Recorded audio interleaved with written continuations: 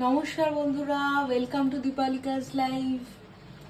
আজকে আপনাদের সামনে রয়েছে মোরিঙ্গা রুটি। আপনারা ভাবছেন এটা কি নতুন আইটেম, মোরিঙ্গা রুটি। আমরা যে সজনে ডাঁটা খেতে এত ভালোবাসি, সেই সজনে গাছের পাতার পেস্ট।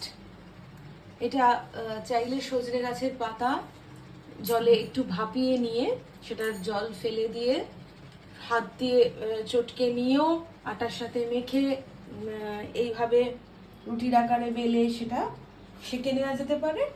আমি যেটা করেছি সেটা গরম জলে সজনে পাতাগুলোকে ভিজিয়ে রেখে তারপরে সেটা মিক্সিতে পেস্ট বানিয়ে আটার সাথে মেখে নিয়ে এইভাবে রুটি বেলে নিয়েছি।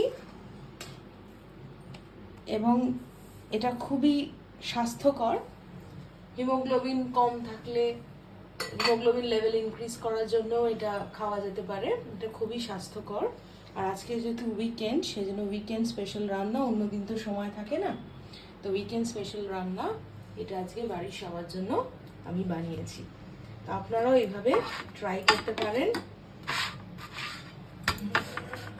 সজনে পাতার রুটি, মোরিঙ্গা রুটি সজনে পাতার পাল্প দিয়ে তৈরি, খুবই ভালো লাগবে এবং খুবই স্বাস্থ্যকর। আজকে আমরা এই মোরিঙ্গা রুটি খাবো হচ্ছে আলু কড়াইশুটির তরকারি দিয়ে, আলু মটরশুটির তরকারি, যেটা এখানে তৈরি হচ্ছে। আজকে এটাই আমাদের ডিনার।